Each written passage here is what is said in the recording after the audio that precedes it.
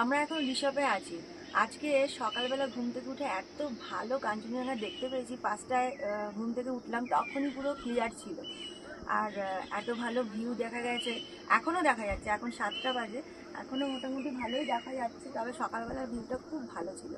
সকালে ঘুম থেকে ওঠার পরে এখন ঘোরাঘুরি করছিলাম, তখন একটা আয়ুর্বেদেরই একটা জিনিস আপনাদের সঙ্গে শেয়ার করতে আমার খুব ইচ্ছা করলো। সেটা হচ্ছে গিয়ে যে সকালে ওঠাটাকে আয়ুর্বেদের মধ্যে খুব প্রায়োরিটি দিয়েছে। মানে সকালে আমরা তাড়াতাড়ি কেন উঠবো, তার এটাই কারণ হচ্ছে আমাদের শরীর তো বাতপিত্ত, মানে আয়ুর্বেদের সিদ্ধান্তই হচ্ছে বাতপিত্ত কফের ওপরে।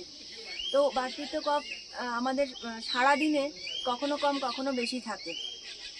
যেরকম সকালবেলা মানে 5টা 6টা পর্যন্ত, মানে রাত্রির 2টো থেকে 4 ঘন্টা মানে দিনের 4টে প্রহর করে বাতপিত্ত কফ আমাদের কোনো সময় বেশি কোনো সময় কম এরকম থাকে। তো ভোরবেলা মানে রাত্রির 2টো থেকে সকাল 6টা পর্যন্ত এই 4 ঘন্টা হচ্ছে বাতের সময়। বাতকে আমরা বাত দোষ বলি, কিন্তু দোষ এই জন্যই বলি যে এটা সবসময় কম বেশি হতে থাকে। কিন্তু এটা যদি না থাকে আমাদের শরীরে, কিন্তু আমরা যে কথা বলছি, চলছি, মুভমেন্ট করছি, মুভমেন্টটা রক্ত ফ্লো হচ্ছে, আমাদের মোশন ক্লিয়ার হচ্ছে, এই যে জিনিসগুলো, এটা কিন্তু আমাদের বাতের জন্যই কিন্তু হয়। বাতের মধ্যে আমাদের শরীরে আবার পঞ্চতত্ত্ব নিয়ে তৈরি। পঞ্চতত্ত্বের মধ্যে আমাদের বাতের মধ্যে আছে বায়ু আর আকাশ তত্ত্ব।